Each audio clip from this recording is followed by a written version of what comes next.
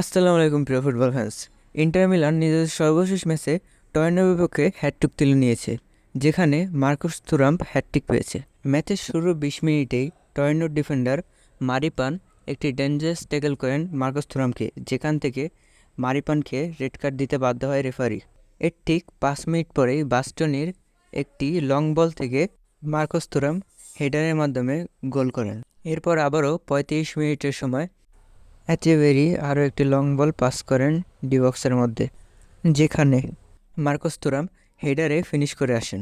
ম্যাচটি মূলত সেখানে ইন্টার মিলানের কন্ট্রোলে চলে এসেছিল, কিন্তু টর্নের স্ট্রাইকার জাপাটা নিজেদের মধ্যে বল আদান প্রদান করে ডিবক্সের মধ্যে ঢুকে পড়ে এবং সেখান থেকেই একটি গোল আদায় করে নিয়ে এসে এখানে ইন্টার মিলানের ডিফেন্স লাইন কিছুই করতে পারে না। এভাবেই হাফ টাইমে খেলা শেষ হয়।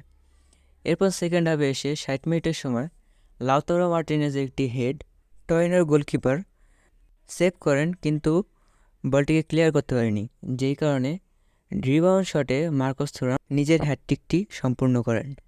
মূলত এখানে ইন্টার মিলানকে ম্যাচটিকে শেষ করা দরকার ছিল, কিন্তু আবারও 84 মিনিটের সময় চানহানলু একটি ফাউল করে বসেন, যেখান থেকে টর্নের মিডফিল্ডার ব্লাসিচ গোল করে আবারও স্কোরলাইনটিকে 2-3 করে ফেলে।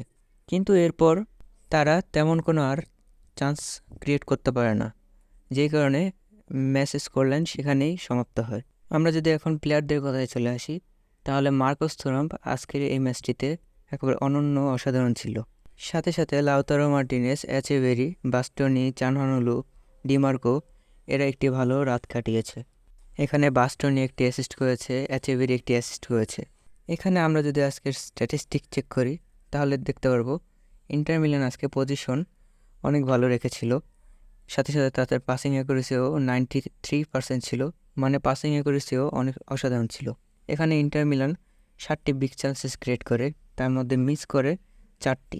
অন্যদিকে টর্নের দিকে লক্ষ্য করলে দেখতে পাবো তারা খুব একটি পজিশনে রাখতে পারেনি, তাদের পাসিং অ্যাকুরেসিও খুব একটা ভালো ছিল না, মাত্র 66% ছিল, এবং তারা 2টি মাত্র বিগ চান্সেস ক্রিয়েট করেছিল, ওই 2টি তারা কাজে লাগিয়েছে। এখন আমরা যদি সিরিয়ার পয়েন্ট টেবিল লক্ষ্য করি, তাহলে দেখতে পারবো নাপোলি ফার্স্টে আছে, ইন্টার মিলান সেকেন্ডে আছে, 2 ব্যবধানের ডিফারেন্সে। ইন্টার মিলান যদি এবার সিরিয়া আবারও ডিফেন্ড করতে চায়, তাহলে ইন্টার মিলানকে এরকম পারফরমেন্স প্রতিনিয়ত করতে হবে, সাথে সাথে তাদের অন্যান্য প্লেয়ারদেরকেও গোল স্কোর করতে হবে। ফুটবল সংক্রান্ত এরকম আরও কন্টেন্ট পেতে আমাদের টক ফুটবল HD চ্যানেলের সাথে থাকুন।